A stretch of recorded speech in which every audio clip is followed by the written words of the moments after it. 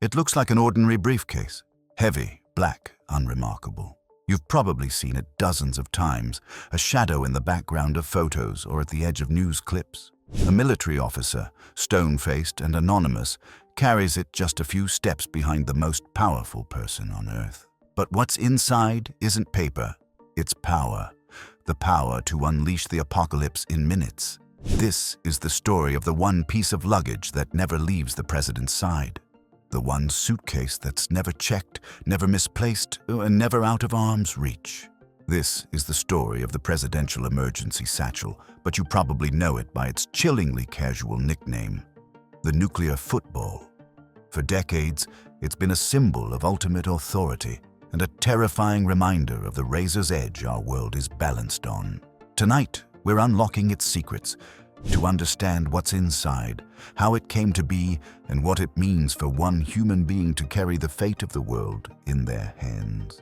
Officially, it's called the Presidential Emergency Satchel, a title that sounds both boring and deeply ominous. By all accounts, it's a heavily modified zero-Halliburton briefcase wrapped in thick black leather. The modern version weighs about 45 pounds or around 20 kilograms and is built to be anything but ordinary. While the exact protective features are classified, it's understood to be armored and shielded against explosions, bullets, and even the electromagnetic pulse from a nuclear blast. You can often spot a small antenna peeking out from near the handle, a subtle hint at the powerful communications gear hidden inside. But this briefcase isn't just a piece of hardware. It's a mobile command center. It is the physical proof of America's nuclear deterrent. Its one and only purpose is to give the President of the United States the ability to authorize a nuclear attack from anywhere on the planet, at any time, far from hardened command posts like the White House Situation Room. Whether the President is on Air Force One, in a motorcade on another continent, or even just out for a jog, the football is right there with them, and it doesn't travel alone. The briefcase is tethered to a small rotating group of military aides. These aren't just any soldiers. They are majors, lieutenant colonels, and commanders from the Army, Navy, Air Force, Marine Corps, and Space Force. One was even a Coast Guard officer. Each one has passed Yankee White, one of the most intense background checks in the US government. Their mission is simple and absolute. Keep the football next to the president and be ready to open it on command. They are the silent guardians of a potential apocalypse, shadowing the president's every move, a constant, living reminder of the immense power at their disposal. Despite all the wild speculation and movie scenes, the football does not have a big red button. The truth is both more complicated and, in a way, more chilling. The contents are, of course, highly classified, but thanks to decades of research and accounts from former officials, we have a pretty clear picture of the doomsday tools inside. The system isn't about launching weapons with a single press. It's about authentication and communication, making sure an order to end the world is really coming from the one person legally allowed to give it. The first and most famous item inside is the Black Book. Think of it as a menu for Armageddon. It isn't the complete phone book-sized war plan, but a condensed book of pre-selected nuclear strike options. These options are broken down into retaliatory packages, likely ranging from limited strikes against specific military targets to massive civilization-ending attacks on entire cities. It's designed to give a president, under the unimaginable stress of an incoming attack, a set of pre-vetted choices presented in cold military terms. Next to it is another book listing classified locations, a network of secure bunkers where the president could be taken to ensure the government continues to function during a catastrophe. There's also a simple folder with a guide on how to activate the emergency alert system, allowing the president to address the nation in its darkest hour. But the most critical parts are for communication and authentication. The football contains secure, hardened satellite phones and data links that connect the president directly to the Pentagon's War Room, the National Military Command Center. This is the vital link an order would travel through. But before any order is given, the president has to prove who they are. This is where the most misunderstood piece of the puzzle comes in: the biscuit. The biscuit isn't in the football. The president carries this small laminated card on their person at all times. It looks like a credit card and holds a set of alphanumeric codes. If the president decided to order a strike, the Pentagon would challenge them with a code. The president would have to find the correct response on their biscuit and read it back. It's basically two-factor authentication for nuclear war. Without the biscuit, the football is useless. It is the cryptographic handshake that stands between a decision and its execution. The nuclear football wasn't created in a single day, but forged in the growing paranoia of the Cold War. In the 1950s, President Dwight D. Eisenhower was struggling with a terrifying question. What if an attack came while he was away from Washington? How could he, as the sole commander-in-chief, retaliate if he was on a golf course or at his farm, cut off from the military command structure? The first seeds of the football were planted right there. Eisenhower's naval aide, Edward L. Beach, Jr., suggested a special satchel with emergency documents that could follow the president everywhere. But it was the Cuban Missile Crisis in 1962 that truly cemented the need for a robust, portable system. President John F. Kennedy was horrified by the communication breakdowns and the potential for an accidental war. He wanted a way to launch an immediate nuclear strike, but also to ensure that only he could give that order. This is when locking mechanisms were added, and the idea of personal authentication took shape. It was also around this time that the briefcase got its famous nickname. While some link it to an early war plan codenamed Dropkick, the more likely story is tied to the Kennedy family's love of touch football. The constant handoff of the critical bag between aides was jokingly compared to a football game. Over the decades, the football evolved. Under President Carter, the personal biscuit card was formally added to the system. The briefcase itself grew heavier, from about 30 pounds in the 1960s to today's 45 pounds, as more sophisticated and hardened communication tech was packed inside. What started as a simple bag of papers had become a direct result of a world grappling with the possibility of instant annihilation. In the vast system of nuclear command, everything ultimately depends on a human being, not just the president, but the quiet professional standing just over their shoulder. The military aide carrying the football is more than a courier. They're a critical part of the launch system.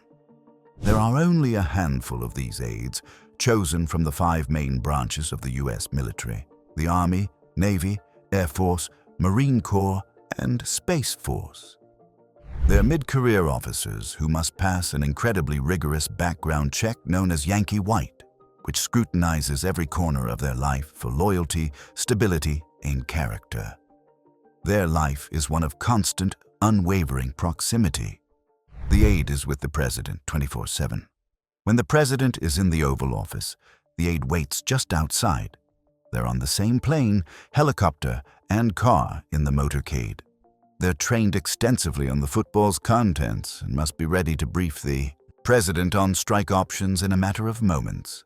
They aren't there to give advice, but to be a procedural expert in the most stressful situation imaginable. Their duty is to enable the president to act, but also to protect the system itself. They are sworn to defend the football with their lives. During President Trump's 2017 visit to China, Chinese security officials tried to block the aide from entering the Great Hall of the People. A short scuffle reportedly broke out as the White House Chief of Staff got involved to ensure the briefcase never left the aide's side. The psychological toll of this duty is hard to imagine. These officers spend their days literally carrying the potential end of the world, chosen for their unwavering discipline under pressure. The minutes after a confirmed nuclear attack on the United States would be the most critical in human history. The football system is designed to work with terrifying speed inside that tiny window. It's not a single button press, but a careful sequence of verification and communication. The process gives one person sole authority, but it requires a chain of others to carry it out. It begins with the President's decision. They can consult with advisors, like the Secretary of Defense, but they don't have to. Under the doctrine of sole authority, the President can act alone to ensure a rapid response. Once the decision is made, the aide opens the football. The President takes out their biscuit card. Using the gear inside the case, the aide sets up a secure call with the watch officer at the National Military Command Center in the Pentagon. This is when authentication happens. The watch officer issues a challenge code like Alpha Delta Niner Charlie.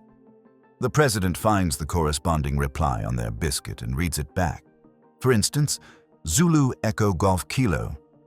This confirms the order is coming from the legitimate Commander-in-Chief.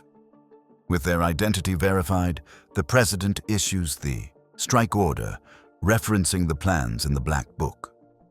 That order is then transmitted down the chain. The Secretary of Defense confirms the order came from the President, but can't veto it. From the Pentagon, the order goes to U.S. Strategic Command and then out via encrypted messages to launch crews in missile silos, on submarines, and in bombers. Once they verify the message is authentic, they are legally bound to carry it out. The entire sequence, from decision to launch, is designed to take less than 15 minutes. The command system is designed to be foolproof. But it's run by people, and over the years, it's been tested not by enemies, but by human error and chaos. These incidents are scary reminders of how fragile the safeguards can be. The most common mishaps have involved the President's biscuit. President Jimmy Carter admitted he once left the card in a suit jacket that he sent to the dry cleaners. President Bill Clinton also reportedly misplaced his for a time. A much more serious incident happened on March 30th, 1981, the day President Ronald Reagan was shot. In the chaos, the aide with the football was separated from Reagan at the scene. Worse, as doctors cut away Reagan's suit, the biscuit fell to the floor and was swept up with his clothes. For hours, the President, the football, and the biscuit were all in 3 different places. The chain of command was completely broken, but no event highlighted the football's vulnerability more than January 6, 2021. As a mob stormed the U.S. Capitol, Vice President Mike Pence was rushed to safety. Security footage later showed a military aide with the backup football running right behind him. At one point, Pence and the briefcase came within 100 feet of the rioters. The thought of that briefcase, with its classified war plans and communications gear, falling into the hands of the mob, triggered a full safety review by the Pentagon. It was a stark lesson that the system could be put at risk not just by a foreign enemy, but by a crisis at home. The image of the President being shadowed by the football is the one we all know. But there's a second, identical briefcase in play. A backup football travels with the Vice President of the United States. The logic is simple: continuity of government. If the President is killed or incapacitated, authority immediately transfers to the Vice President. For that transfer to matter in a crisis, the new Commander-in-Chief needs the same tools right away. While Vice President Nixon had an emergency satchel, the practice of providing one to the VP became standard during the Carter administration with Walter Mondale. Today, there are at least 3 footballs, one for the President, one for the Vice President, and a spare at the White House. The handoff of this power is one of the most secret moments of an inauguration. At exactly 12:00 p.m. on Inauguration Day, the old President's biscuit codes are deactivated and the new President's become live. This was on full display during the 2021 inauguration, which the outgoing President didn't attend. One active football traveled with President Trump to Florida, staying live until 11:59 a.m. At that same moment in Washington, D.C., the newly sworn-in President Joe Biden had already been given his own football and active biscuit, ensuring there is never a second when America is without a commander-in-chief ready to act. From the anxieties of the Cold War to the chaotic scenes of our own time, the nuclear football has been a constant, silent passenger in American history. It's a 45-pound burden of leather, metal, and terrifying potential. It's not a simple button, but a complex system of authentication and communication designed to ensure the most devastating order in history can be given and executed in minutes. We've learned about the Black Book's chilling menu of destruction, the security of the biscuit, and the duty of the aides sworn to protect it. We've also seen its fragility, the moments when human error brought the system to the brink. The football is more than a tool. It's the ultimate symbol of the power and the awful, isolating responsibility that rests on one person's shoulders. It represents the grim logic of nuclear deterrence, the idea that peace is kept by holding a gun to humanity's head, with the president's finger on the trigger. In a world where nuclear threats have re-emerged, the dark briefcase is a sobering reminder that the power to end the world is never more than an arm's length away. The question that has haunted the nuclear age from the very beginning remains: how can we trust any one person with such a burden? If you found this deep dive into the world's most secret suitcase fascinating, make sure to subscribe and hit the notification bell for more explorations into the hidden corners of power. Let us know in the comments what you think about the sole authority system, and be sure to check out our other video on the secret bunkers of the US government right here. Thanks for watching.